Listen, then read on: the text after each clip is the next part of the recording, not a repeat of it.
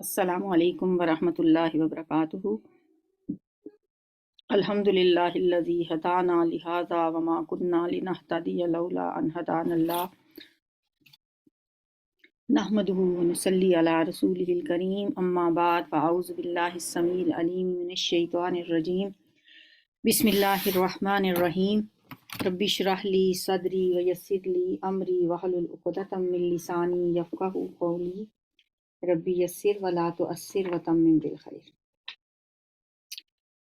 9واں پارہ آج ہم شروع کریں گے۔ 8 پارے ہم نے پڑھ لیے ہیں۔ میں ہر دفعہ ہر روز آپ کو یہ بتانا بھول جاتی ہوں، میں نے کہا شروع میں بتا دوں کہ جب ہمارا کوئی بھی پارہ جب کمپلیٹ ہوتا ہے تو اس کا آخری جو اپلوڈ ہوتا ہے نا یوٹیوب پہ، اس کے ڈسکرپشن باکس میں ہم اس کی اسائنمنٹ بھی اپلوڈ کر دیتے ہیں۔ تو آپ نے اگر پورا پارہ سنا ہو تو آپ وہ اسائنمنٹ سالو کر سکتے ہیں اور ویو سکور میں پھر دیکھ بھی سکتے ہیں کہ آپ کی کون کون سی غلطیاں ہوئی ہیں اور آپ کے کتنے نمبر آئے ہیں۔ تو اس طرح سے آپ توجہ سے سنیں گے بھی، اور پھر آپ اسائنمنٹ کرتے ہوئے آپ بغیر ترجمے کا قرآن کھول کے آیتوں کے نمبر سے دیکھ بھی سکتے ہیں، اور جن لوگوں نے ترجمہ نہیں پڑھا ہوا وہ ترجمے والا بھی قرآن کھول سکتے ہیں۔ اصل مقصد تو یہ ہے کہ کچھ فہم جو ہے قرآن کا زیادہ پختہ ہو جائے۔ تو یہ اب تک ہم الحمدللہ 8 پارے بھی اپلوڈ ہو چکے ہیں یوٹیوب پہ، اور 8 ان کے ساتھ ان کی اسائنمنٹس بھی اپلوڈ ہو چکی ہیں۔ اس کو آپ اس ماہ مبارک میں زیادہ سے زیادہ لوگوں تک پہنچانے کی کوشش کریں، کیونکہ جتنے ہاتھوں میں قرآن جاتا ہے، جتنے کانوں تک اس کی آواز جاتی ہے، اور جو اس کی طرف دلالت کرنے والا ہے وہ بھی اس کے اجر میں شامل ہو جاتا ہے۔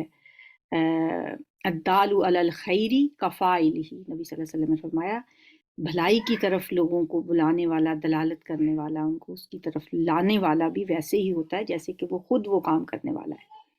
تو اس لیے میں اسٹوڈنٹ سے کہا کرتی ہوتی ہوں کہ آپ ان کے سٹیٹس لگا لیا کریں، جیسے میں لگا لیتی ہوں۔ جب پورا ایک پارہ ہوتا ہے تو چاروں اس کے روپ جو ہیں ان کا سٹیٹس لگا لیا، اور 5ویں نمبر پہ اس اسائنمنٹ کا بھی، تاکہ آپ کے جو حلقہ احباب میں لوگ ہیں ان تک پہنچے۔ یہ مختصر سی تفسیر ہے، آدھے گھنٹے کی ایک آڈیو ہوتی ہے۔ انسان رمضان کے مہینے میں اتنا ٹائم نکال ہی لیتا ہے، اور اگر اللہ تعالیٰ یہ توفیق دے کہ انسان زندگی میں جنہوں نے نہیں ترجمے سے قرآن پڑھا ہوا، کم از کم ایک لسننگ اس کی ضرور کر لیں۔ ہم جس حد تک کر سکتے ہیں کوشش، وہ تو ہماری کوشش ہی ہے، باقی اصل توفیق تو اللہ تعالیٰ نے دینی ہے۔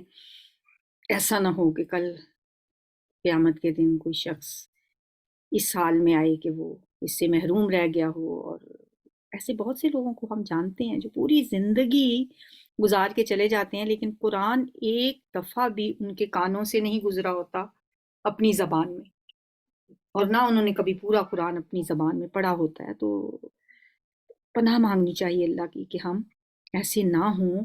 یہ جو خزانہ ہمارے پاس ہے نا، ہم اس کی قدر نہیں کرتے۔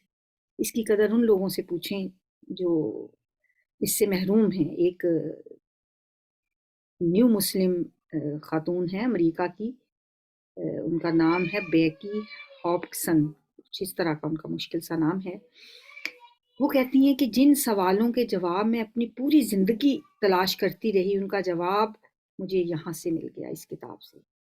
میرے لیے کتنا باعث تسکین ہے یہ کہ میں اسے لفظوں میں بیان نہیں کر سکتی۔ کہتی ایسے ہی ہے کہ جیسے کوئی اندھا ہو، پھر اچانک وہ سچائی کو دیکھنے لگے اور اس روشنی کو پا لے جس کو اس نے پہلے کبھی نہ دیکھا ہو۔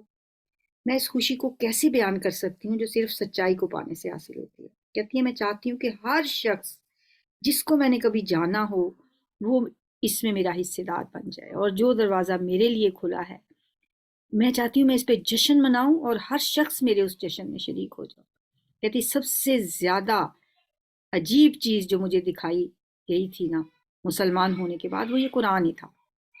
کتنا زیادہ میں اپنے قرآن سے محبت کرتی ہوں میں کسی کو بتا نہیں سکتی۔ کہتی ہے کہ جب میں اس کو اپنے ہاتھوں میں پکڑتی ہوں میری آنکھوں سے آنسو بہہ نکلتے ہیں۔ اس کے جو انگریزی ترجمہ میں پڑھتی ہوں تو میرے دل کو مسرت ملتی ہے۔ کتنی بار کہتی ہے ایسا لمحہ آیا میں نے اللہ کی کتاب کو اپنے ہاتھوں میں لیا، اس کے بارے میں سوچ کر میں رونے لگی کہ اس کے بغیر میری زندگی کتنی احمقانہ ہوتی، اسلام کے بغیر میری زندگی کیسی ہوتی، میں اس سوچ سے ہی کام چاہتی ہوں۔ کہتی ہے اگر میں سب سے اونچے پہاڑ پہ چڑھ سکتی اور میری آواز ہر اس آدمی تک پہنچ سکتی جو اس سے بے خبر ہے، تو میں چلا چلا کے ان کو بتاتی کہ جو میں نے پایا ہے، جو میرے سوالات تھے ان کا جواب مجھے مل گیا ہے، میں جانتی ہوں کہ سچائی کیا ہے۔ ہر آدمی جو اس دنیا میں آیا ہے وہ اسی سچائی کو پانا چاہتا ہے، اور جس کو یہ سچائی مل جائے اسے چاہیے کہ وہ اللہ کا شکر ادا کرے۔ اور اگر کوئی شخص 100 سال تک روزانہ 100 بار بھی وہ اللہ کا شکر ادا کرتا رہے، تب بھی وہ اس احسان پہ اللہ کا شکر ادا نہیں کر سکتا۔ یہ تو وہ لوگ ہیں جن کو اللہ نے اچانک یہ نعمت عطا کرتی، اور ہم اس کے ہماری طرف یہ نازل ہوا۔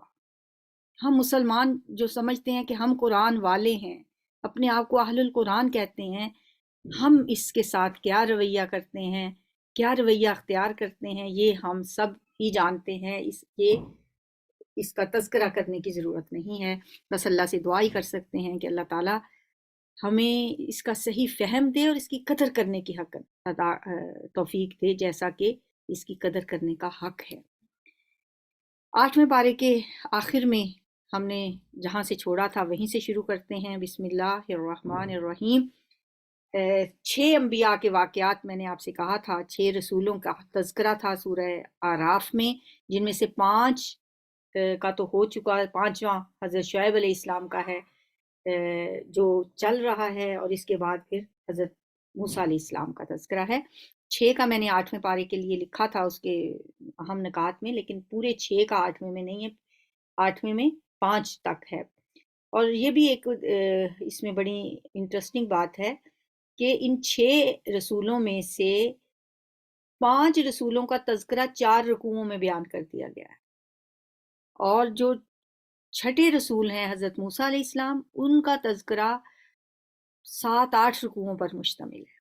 اس کی وجہ بھی ہے کہ یہ سورت، جیسے میں نے آپ کو بتایا، سورہ اعراف مکی دور کے آخری زمانے کی سورت ہے، اور اب مسلمانوں کو مدینہ جانا تھا، اور وہاں پہ یہود کے ساتھ ان کا آمنا سامنا تھا، تو اللہ تعالیٰ پوری بنی اسرائیل کی تاریخ جو ہے وہ ان کے گوش گزار کر رہے ہیں کہ تاکہ وہ ان کے ساتھ علمی لحاظ سے پوری طرح بات چیت کرنے کے قابل ہو سکے۔ اور بات ادھوری ہے جو 8ویں پارے کے اینڈ پہ ختم ہوئی ہے۔ پارے تو دراصل بعد میں بنے ہیں نا، ایسا نہیں ہوتا کہ ایک پارہ ختم ہو تو ایک بات بھی ختم ہو جائے، کیونکہ نبی صلی اللہ علیہ وسلم پر جب قرآن نازل ہوا تھا صرف آیات تھیں اور صورتیں تھیں، بعد میں پھر نبی صلی اللہ علیہ وسلم کی زندگی میں ہی اس کو 7 حصوں میں تقسیم کیا گیا، 7 منزلیں بن گئیں، پھر آپ کے بعد پارے بنے، رکوع بنے، اس طرح قرآن کی تقسیم ہم نے انسانوں نے خود اپنی سہولت کے لیے کی ہے۔ تو کوئی بھی صورت جو ہوتی ہے وہ ایک پوری بات اس میں مکمل ہوتی ہے، ایک پارے میں ادھوری بات رہ جاتی ہے۔ تو جس طرح 8واں پارہ ختم ہوا، اس پہ بات یہی ہو رہی تھی کہ حضرت شعیب علیہ السلام اپنی قوم کو سمجھا رہے تھے، ان کو بتا رہے تھے کہ ناپ تول میں کمی نہ کیا کرو، راستوں میں بیٹھ کے لوگوں کو تنگ نہ کیا کرو، جن لوگوں نے میری بات مان لی ہے بس صبر کرو اور انتظار کرو کہ اللہ ہمارے درمیان کوئی فیصلہ کر دے۔ تو آگے سے وہ کیا جواب دیتے ہیں؟ قال الملأ الذین استکبروا من قومہ لنخرجنک یا شعیب والذین آمنوا معک من قریتنا او لتعودن فی ملتنا قال اولو کنا کارہین۔ اس کی قوم کے سرداروں نے جو اپنی بڑائی کے گھمنڈ میں مبتلا تھے، شعیب علیہ السلام سے کہا کہ اے شعیب، ہم تجھے اور ان لوگوں کو جو تیرے ساتھ ایمان لائے ہیں اپنی بستی سے نکال دیں گے، ورنہ تم لوگوں کو ہماری ملت میں واپس آنا ہوگا۔ شعیب علیہ السلام نے جواب دیا، کیا زبردستی ہمیں پھیرا جائے گا؟ خواہ ہم راضی نہ ہوں، ہم اللہ پر جھوٹ گھڑنے والے ہوں گے اگر تمہاری ملت میں پلٹ آئیں، جبکہ اللہ ہمیں اس سے نجات دے چکا ہے۔ ہمارے لیے تو اس کی طرف پلٹنا اب کسی طرح ممکن نہیں، الا یہ کہ اللہ ہمارا رب ہی ایسا چاہے۔ ہمارے رب کا علم ہر چیز پر حاوی ہے، اسی پر ہم نے اعتماد کیا۔ اے ہمارے رب، اور ہماری قوم کے درمیان ٹھیک ٹھیک فیصلہ کر دے، ہمارے اور ہماری قوم کے درمیان ٹھیک ٹھیک فیصلہ کرتے. ربنا افتح بیننا و بین قومنا بالحق وانت خیر الفاتحین، اور تو بہترین فیصلہ کرنے والا ہے. فقال الملأ الذین کفروا من قومہ، اس کی قوم کے سرداروں نے جو اس کی بات ماننے سے انکار کر چکے تھے آپس میں کہا، اگر تم نے شعیب کی پیروی قبول کر لی تو برباد ہو جاؤ. یہ ہر قوم میں ایسے لوگ ہوا کرتے ہیں جو ایسی باتیں کیا کرتے ہیں. ہمارے ہاں بھی لوگ ایسی باتیں کرتے ہیں سیاست میں، تجارت میں. بھئی اگر تم امانت اور دیانت کے پیچھے پڑے رہو گے تو پھر ترقی کر چکے، پھر تو تم خسارہ ہی اٹھاؤ گے. سیاست ہو یا تجارت ہو، ان میں سب کچھ چلتا ہے، جھوٹ بھی چلتا ہے، خیانت بھی چلتی ہے.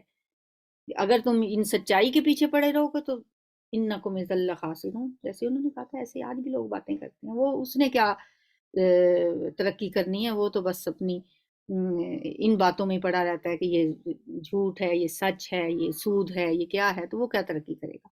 تو ایسی ہی بات انہوں نے بھی کی.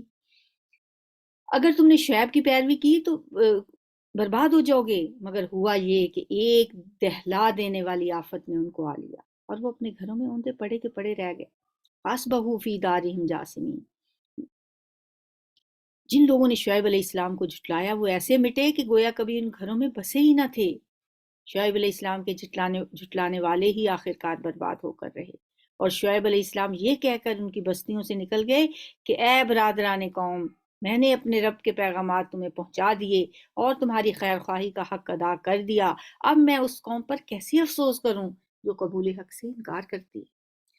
لیکن پیغمبر ہمیشہ اپنی قوم کے لیے بڑا شفیق، رحیم، مہربان اور محبت کرنے والا ہوتا ہے. اب سوچیں کتنے دکھی ہوں گے وہ کہ یہاں تک انہوں نے کہا کہ مجھے کوئی افسوس ہی نہیں ہے ان کی تباہی و بربادی پر، میں کیسے ان پہ افسوس کروں. کیف آسا فکیف آسا علی قوم کافرین، یعنی اتنا انہوں نے پیغمبر کو ستایا تھا کہ آخر میں وہ یہ کہتے ہوئے وہاں سے چلے گئے. کبھی ایسا نہیں ہوا کہ ہم نے کسی بستی میں نبی بھیجا ہو اور اس بستی کے لوگوں کو پہلے تنگی اور سختی میں مبتلا نہ کیا. یعنی جب بھی کوئی رسول آیا اللہ نے پہلے ان لوگوں کو تنگیوں میں مبتلا کیا، اس خیال سے کہ شاید وہ عاجزی پر اتر آئیں، لعلہم یذرعون. پھر ہم نے ان کی بدحالی کو خوشحالی سے بدل دیا. جب ان کی اس بدحالی نے یا ان کی اس تنگی نے یا ان کی ان تکلیفوں نے ان کو سدھرنے کا موقع نہیں دیا تو پھر اللہ تعالیٰ نے دوسرا طریقہ اختیار کیا. وہ کیا کیا کہ پھر ان کو خوشحالی ان کو ان کی طرف بھیج دی، یہاں تک کہ وہ خوب پھلے پھولے اور کہنے لگے ہمارے اسلاف پر بھی اچھے اور برے دن آتے ہی رہے ہیں. یعنی ان کو اس سے بھی کوئی فرق نہیں پڑا. اللہ تعالیٰ نے خوشحالی بھی ان کو اسی لیے دی تاکہ شاید اس سے انہیں کوئی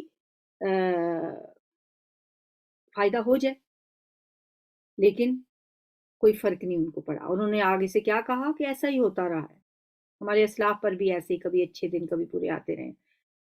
آخر کار ہم نے انہیں اچانک پکڑ لیا اور انہیں خبر تک نہ ہوئی. فَأَخَذْنَاهُمْ بَغْتَةً وَهُمْ لَا يَشْعُرُونَ. ایک ایک نبی اور ایک ایک قوم کا معاملہ اللہ تعالیٰ نے پہلے الگ الگ بیان کیا اور اب جامع ضابطہ بیان کیا جا رہا ہے جو ہر زمانے میں اللہ نے اپنے انبیاء کی بعثت کے موقع پہ اختیار کیا. اور وہ کیا ہے کہ جب کسی قوم میں کوئی نبی بھیجا گیا تو پہلے اس کو مصیبتوں اور آفات میں مبتلا کیا گیا تاکہ ان کے کان نصیحت کے لیے کھل جائیں اور وہ اپنے رب کے سامنے عاجزی کے ساتھ جھک جانے پہ آمادہ ہو جائیں. پھر جب اس سازگار ماحول میں بھی ان کا دل قبول حق کی طرف مائل نہ ہوا تو پھر ان کو خوشحالی کے فتنے میں مبتلا کیا گیا. یہ بھی ایک فتنہ ہوتا ہے، خوشحالی بھی، دولت تو بلکہ سب سے بڑا فتنہ ہے. اور یہاں سے ان کی بربادی کی تمہید شروع ہو گئی. پیغمبر کی بات نہ سننے کے باوجود جب ان پہ نعمتوں کی بارش ہوئی تو انہوں نے سمجھا کہ جیسے کوئی خدا تو ہے ہی نہیں. ان کے دماغ میں بس یہی چیز سما گئی کہ کوئی ہمیں پوچھنے والا نہیں، اور اس چیز نے آخر کار انہیں عذاب الہی میں مبتلا کر دیا. اگر بستیوں کے لوگ ایمان لاتے اور تقوی اختیار کرتے تو ہم ان پر آسمان اور زمین سے برکتوں کے دروازے کھول دیتے. کیا کرتے؟ آمنو واتقو. یہ دو چیزیں اگر وہ کرتے، یہ ہمارے لیے بھی یہی ہے، آج بھی اللہ کا یہ وعدہ ہم سے بھی ہے ایمان لاؤ اور متقی بن جاؤ، لفتحنا علیہم برکات من السماء والارض، اللہ آسمان سے برکتوں کے دروازے آسمان سے بھی کھول دے گا اور زمین بھی تمہارے لیے سونا اگلنا شروع کر دے گی۔ دو چیزیں ہیں، پلے سے باندھ لیں، مضبوط ایمان۔ کیسا ایمان؟ قل آمنت باللہ ثم استقم، کہہ دو میں اللہ پہ ایمان لایا، بس پھر چمٹ جاؤ اس کے ساتھ، مستقل مزاجی سے پکڑ لو اس کو، دنیا ادھر کی ادھر ہو جائے، اپنی ایمان کے رستے پہ کوئی سودا بازی نہیں کرنی۔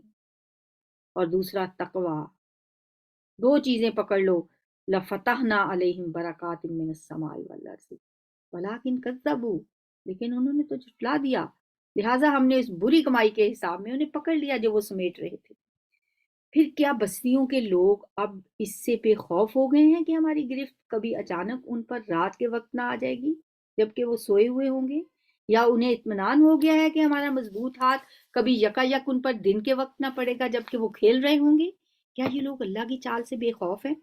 حالانکہ اللہ کی تدبیر سے وہی قوم بے خوف ہوتی ہے جو تباہ ہونے والی ہو۔ اہل مکہ کو بھی سنایا جا رہا ہے نا کہ اللہ جس نے یہ پچھلے 5 پیغمبروں کا تذکرہ جن کا سنایا، ان کے ساتھ جو انجام ان کا ہوا، اب کیا تم اسی رب سے بے خوف ہو گئے ہو؟ اور کیا ان لوگوں کو جو سابق اہل زمین کے بعد زمین کے وارث ہوتے ہیں، اس امر واقعی نے کچھ سبق نہیں دیا کہ اگر ہم چاہیں تو ان کے قصوروں پر انہیں پکڑ سکتے ہیں؟ مگر وہ سبق آموز حقائق سے تغافل برتتے ہیں اور ہم ان کے دلوں پر مہر لگا دیتے ہیں، پھر وہ کچھ نہیں سنتے۔ یہ قومیں جن کے قصے ہم تو آپ کو سنا رہے ہیں آپ کے سامنے مثال میں موجود ہیں، تلک القری نقص علیک من انبائها، ان کے رسول ان کے پاس کھلی کھلی نشانیاں لے کر آئے، مگر جس چیز کو وہ ایک دفعہ جھٹلا چکے تھے پھر وہ اسے ماننے والے نہ تھے۔ دیکھو اس طرح ہم منکرین حق کے دلوں پر مہر لگا دیتے ہیں۔ کذالک یطبع اللہ علی قلوب الکافرین، ہم نے ان میں سے اکثر میں کوئی پاس عہد نہ پایا بلکہ اکثر کو فاسق ہی پایا۔ پھر ان قوموں کے بعد جن کا ذکر اوپر کیا گیا، ہم نے موسیٰ علیہ السلام کو اپنی نشانیوں کے ساتھ فرعون اور اس کی قوم کے سرداروں کے پاس بھیجا۔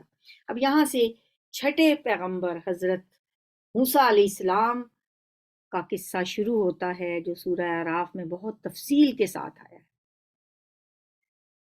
مگر انہوں نے بھی ہماری نشانیوں کے ساتھ ظلم کیا، پس دیکھو ان مفسدوں کا کیا انجام ہوا، فانظر کیف کان عاقبۃ المفسدین۔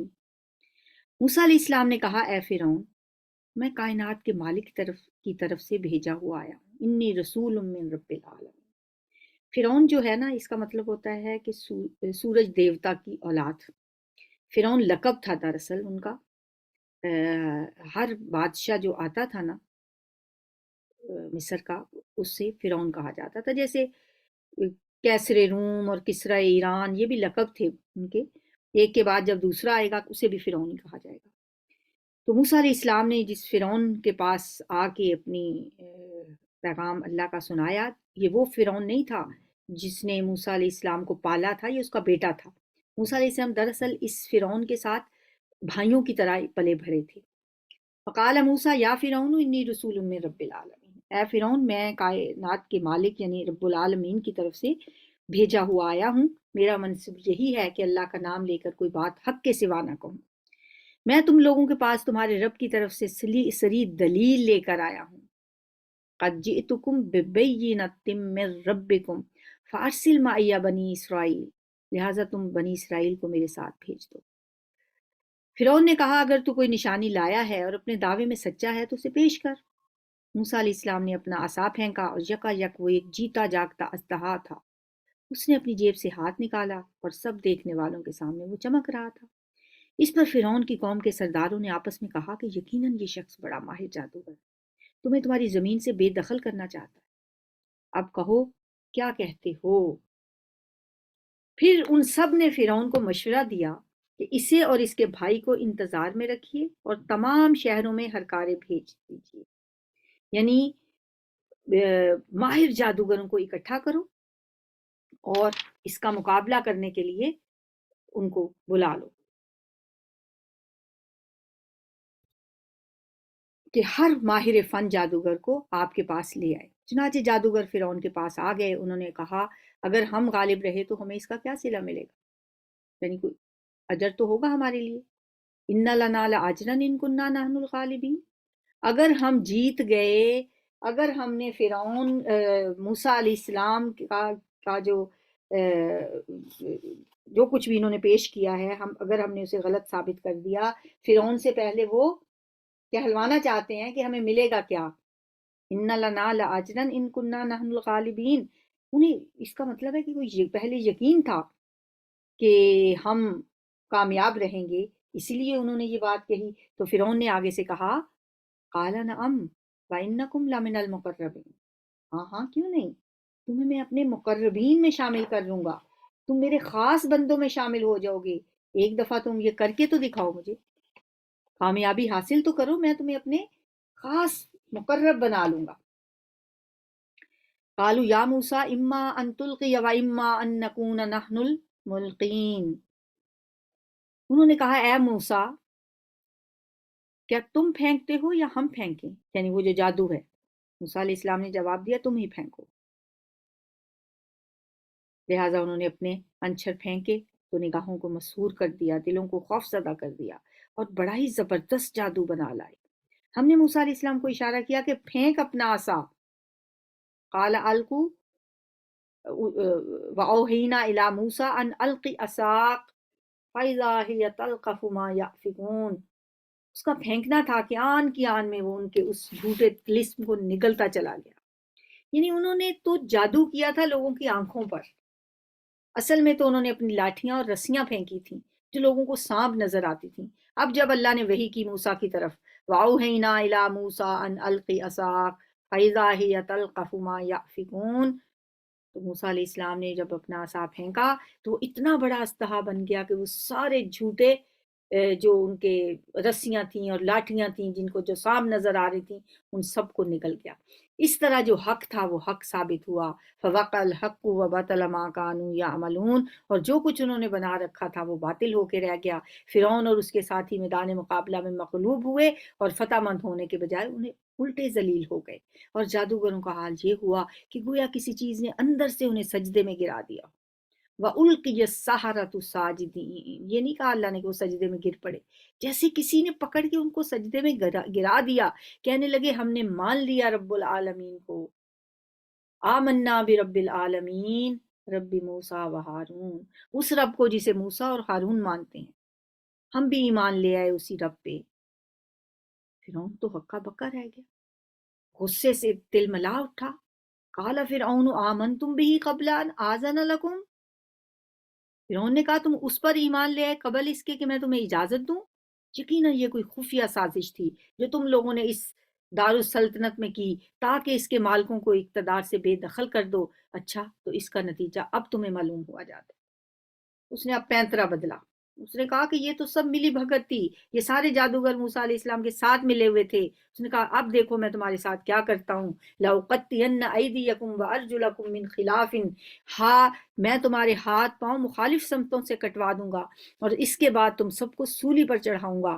انہوں نے جواب دیا ہمیں پلٹنا تو اپنے رب ہی کی طرف ہے، اِنَّا إِلَىٰ رَبِّنَا مُنْقَلِبُونَ، کتنا مضبوط ایمان ہے نا جادوگروں کا۔ بہت کچھ سیکھنے کے لیے ہے ہمارے پاس جادوگروں کے اس کردار میں، بے فکر، بے خوف، کوئی ڈر نہیں، رنج نہیں، اور دیکھیں کہ اس کی دھمکی کتنی بڑی ہے، مخالف سمتوں سے ہاتھ پاؤں کٹواؤں گا پھر سولی چڑھاؤں گا، کتنی اذیت ناک موت کا وہ ڈراوا دے رہا ہے۔ لیکن آگے سے جادوگروں کا حوصلہ دیکھیں، ان کی استقامت دیکھیں، قالوا انا الی ربنا منقلبون، بہرحال ہمیں پلٹنا تو اپنے رب ہی کی طرف ہے۔ تو جس بات پر ہم سے انتقام لینا چاہتا ہے وہ اس کے سوا کچھ نہیں کہ ہمارے رب کی نشانیاں جب ہمارے سامنے آ گئیں تو ہم نے انہیں مان لیا، یہی قصور ہے نا ہمارا۔ پھر وہ دعا کرتے ہیں اپنے رب سے، ربنا افرغ علینا صبرا وتوفنا مسلمین، اے ہمارے رب ہم پر صبر کا فیضان کرتے اور ہمیں دنیا سے اٹھا تو اس حالت میں اٹھانا کہ ہم تیرے فرما بردار ہوں۔ یہ دعا ہمیں بھی یاد کر لینی چاہیے، ہمیشہ کسی بھی تکلیف اور پریشانی کے موقع پہ اللہ تعالیٰ سے یہ دعا کرنی چاہیے۔ وقال الملأ من قوم فرعون اتذر موسیٰ وقومہ لیفسدوا فی الارض، فرعون سے اس کی قوم کے سرداروں نے کہا کیا تو موسیٰ اور اس کی قوم کو یوں ہی چھوڑ دے گا کہ ملک میں فساد پھیلاتے پھریں اور وہ تیری اور تیرے معبودوں کی بندگی چھوڑ بیٹھے؟ فرعون نے جواب دیا، میں ان کے بیٹوں کو قتل کراؤں گا اور ان کی عورتوں کو زندہ رکھوں گا۔ یہ کام تو وہ پہلے بھی کر چکا تھا نا، اس سے پہلے بھی وہ یہ فرعون نہیں تھا وہ دوسرا فرعون تھا جو اس فرعون کا باپ تھا، وہ بھی تو لڑکیوں کو زندہ کر دیتا تھا نا۔ حضرت موسیٰ کی ولادت سے پہلے جو فرعون برسر اقتدار تھا، اس نے دراصل ایک خواب دیکھا تھا جس کی تعبیر میں اس کے نجومیوں نے اسے بتایا تھا کہ بنی اسرائیل میں ایک بچے کی پیدائش ہونے والی ہے جو بڑا ہو کر تمہاری حکومت کو ختم کر دے گا۔ چنانچہ اس نے اس خدشے کی وجہ سے کہ کہیں وہ میری حکومت کو ختم نہ کر دے، اس نے بنی اسرائیل کے جو بچے پیدا ہوتے تھے ہر لڑکے کو پیدا ہوتے ہی قتل کروا دیتا، صرف لڑکیوں کو زندہ رہنے دیا جاتا تھا۔ اب تقریباً 40-45 سال بعد جو اس کا جانشین فرعون تھا، اس خوفناک قانون کو وہ دوبارہ نافذ کرنے کا اسے خیال آ گیا جب اس کے سرداروں نے اسے کہا کہ یہ طوفان کہیں ہماری حکومت کو تباہ نہ کر دے، اگر موسیٰ کی یہ جو تحریک ہے یہ منظم ہو گئی تو اس کو دبانا ہمارے لیے مشکل ہو جائے گا۔ تو اس نے کہا کہ وہ قانون دوبارہ نافذ کر دیا جائے۔ یہ نہیں اس نے کہا کہ حضرت موسیٰ کو قتل کر دیا جائے۔ اللہ نے فرعون کے دل میں حضرت موسیٰ کی محبت ڈال دی تھی، جیسا کہ میں نے آپ کو بتایا کہ دونوں بھائیوں کی طرح پلے بڑھے تھے، ایک ہی محل میں دونوں بچپن میں کھیلے تھے، تو وہ رشتہ ایک تھا بھائیوں جیسا، اور اس کے دل میں ابھی تک موسیٰ کے لیے ایک طبعی محبت تو موجود تھی۔ اس لیے اس نے ان کو قتل کرنے کی بجائے بنی اسرائیل کو دبانے کے لیے اپنے باپ کے زمانے کا پرانا قانون پھر سے نافذ کرنے کا فیصلہ کر لیا۔ اس نے کہا ہم ان کے لڑکوں کو قتل کرتے رہیں گے تاکہ موسیٰ کو اپنی قوم سے کوئی افرادی قوت نہ مل سکے۔ اب جب یہ اس نے کام شروع کیا، قال موسیٰ لقومہ استعینوا باللہ واصبروا، پچھلی آیت سے پڑھ لیتے ہیں۔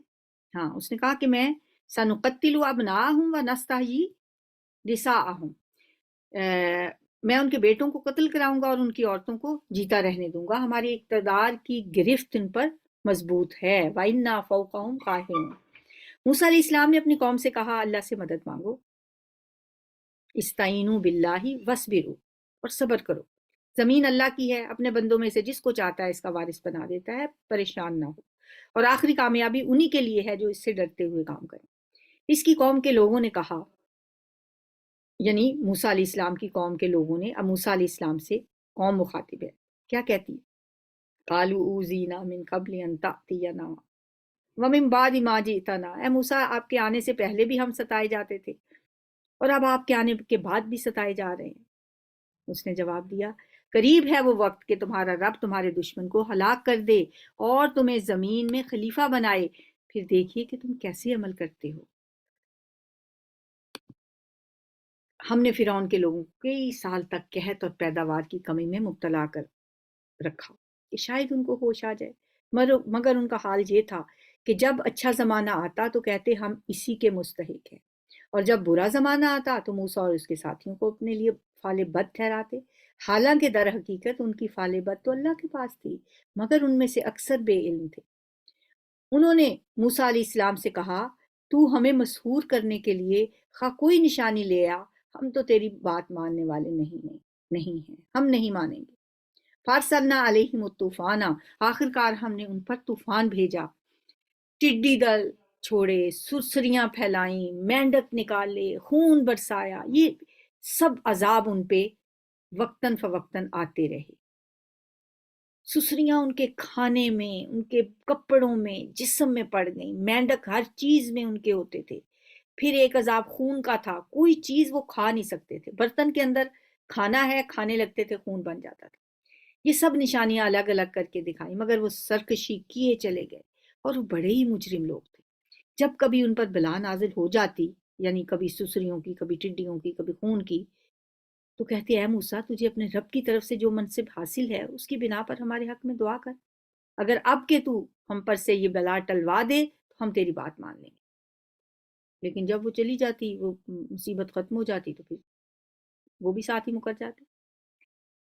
ہم تیری بات مان لیں گے اور بنی اسرائیل کو تیرے ساتھ بھیج دیں گے، مگر جب ہم ان پر سے اپنا عذاب ایک وقت مقرر تک کے لیے، جس کو وہ بہرحال پہنچنے والے تھے، ہٹا لیتے، تو وہ یک لخت اپنے عہد سے پھر جاتے۔